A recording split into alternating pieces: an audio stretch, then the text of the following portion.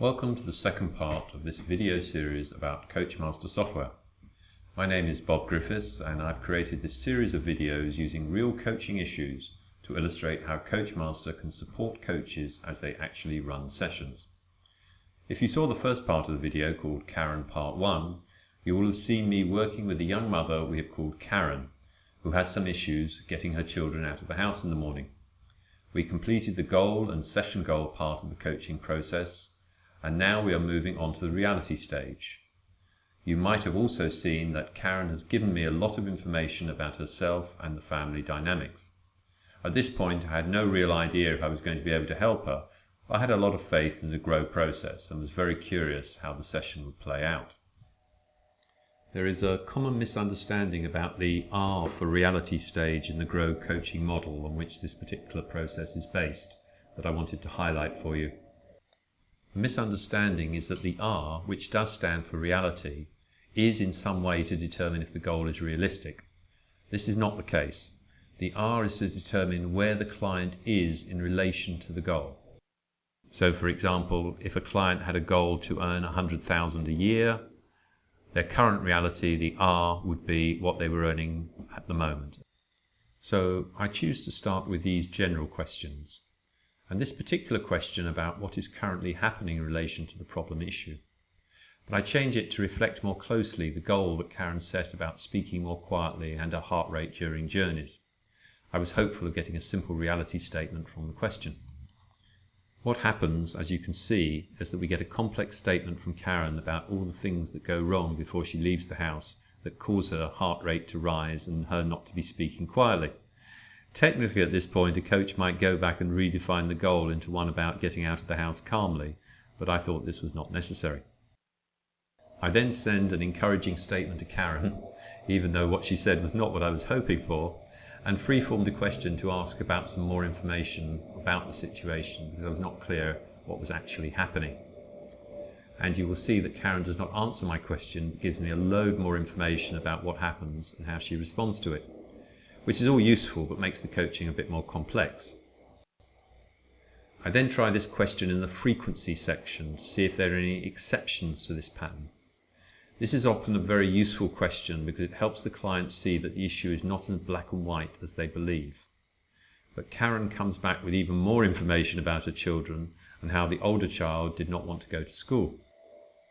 At this point, I was wondering whether this was a coaching issue at all, and if I could make any impression on what were obviously some very complex family dynamics in a relatively short period of time. But I've learned that this place of confusion can often occur in coaching, even with the best of intentions and a sound process, and I can often find myself in a place where I nor the client have much idea about where we're going. Although I was not speaking to Karen, I was picking up a picture of someone who was very frustrated. I was observing the tone of the words she used, for instance, furious, flapping around, giving instructions, mucking about. All these words are telling me that Karen is probably very frustrated by the situation, and it seemed important to give her space to vent her frustrations rather than try and force a proper coaching conversation. By that I mean to try and insist that she answers my questions. My main concern was now that she was so much in her own world about how frustrated she was and how difficult the situation was that we would not be able to work together.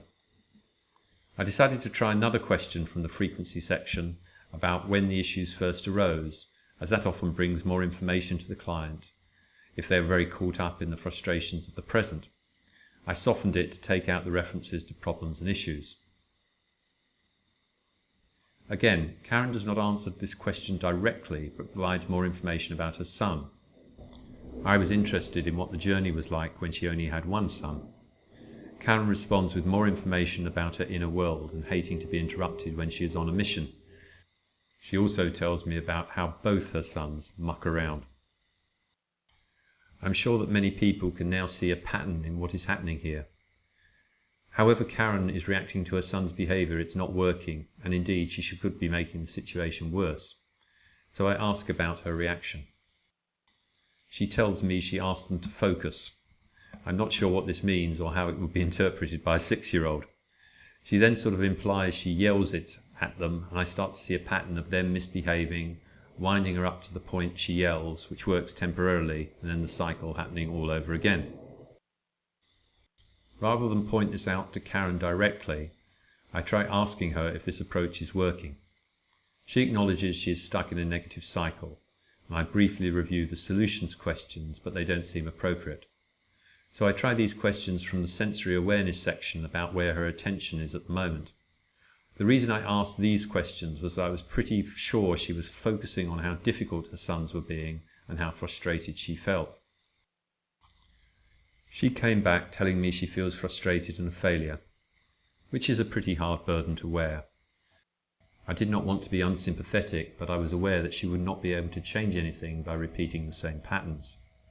So I wanted to help her get to a place where she could change her behaviour to get a different result, and we were certainly not there yet. Then we have a slightly confusing point where Karen repeats her point and I repeat my question because I thought she had not received the original question. The reason I left this in is just as in real conversations, in online environments, there is probably even more opportunity for misunderstanding and confusion. But if you handle it gracefully as a coach, there is no lasting damage. I now take a moment to review all the information that Karen has provided in this section. And as you can see, there's quite a lot.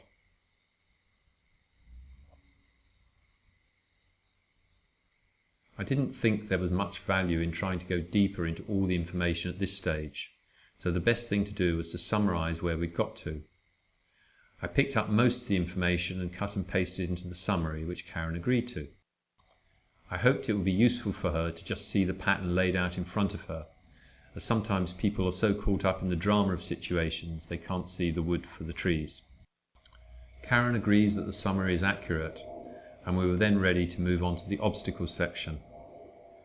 I briefly review the general questions and decide, because of all the information that Karen has given me about how she is part of the pattern, it would be more useful to look at the obstacles within the client section straight away. Now, when using this section, it's very important to be careful that you don't make the client feel blamed for the situation, but you encourage them to take responsibility for their actions so that they can change them. So I politely check with Karen if she's prepared to change her responses. I try and keep the dialogue conversational, even though we are texting. So I say, a fairly basic question, but I should check. It might not be the most elegant way to put it, but it shows there's a real human being on the other end. Karen tells me very emphatically yes, which I acknowledge. She then tells me that she finds it easier to cope with her daughter. Now at this point it would be very easy to start examining the dynamics between a single mother and why she finds her sons difficult and her daughter easier. But that's getting close to therapy. Instead, I soften this question about personal patterns and characteristics and make it more focused on what Karen has told me about her sons. We immediately get some great obstacle information about how she hates conflict, being sidetracked, and doing pointless things. This is gold dust in terms of helping her see her role in the situation.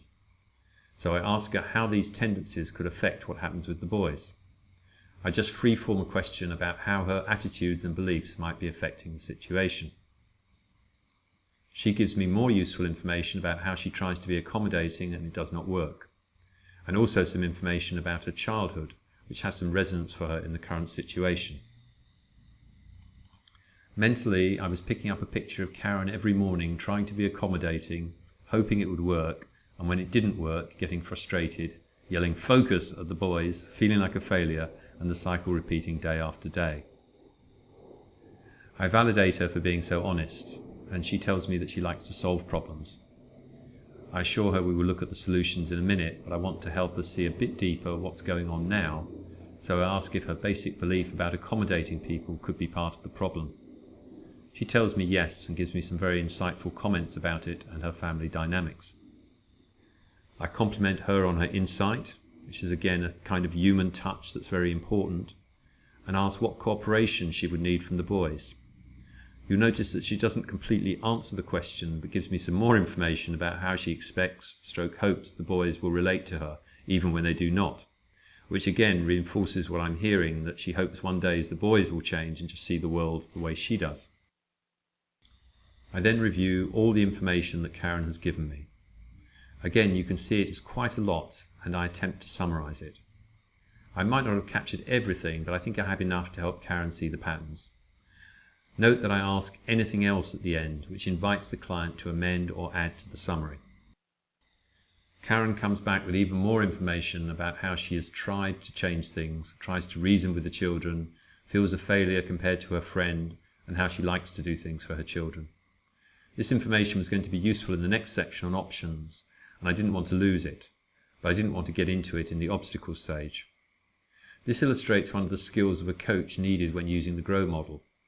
You have to focus on getting the information you need for that particular stage, whilst being aware that you may be given information relevant to the other stages.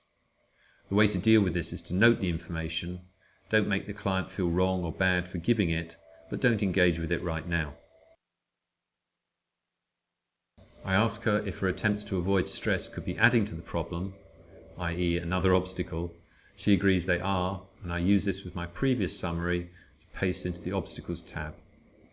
And with some relief, I was ready to go on to the next stage.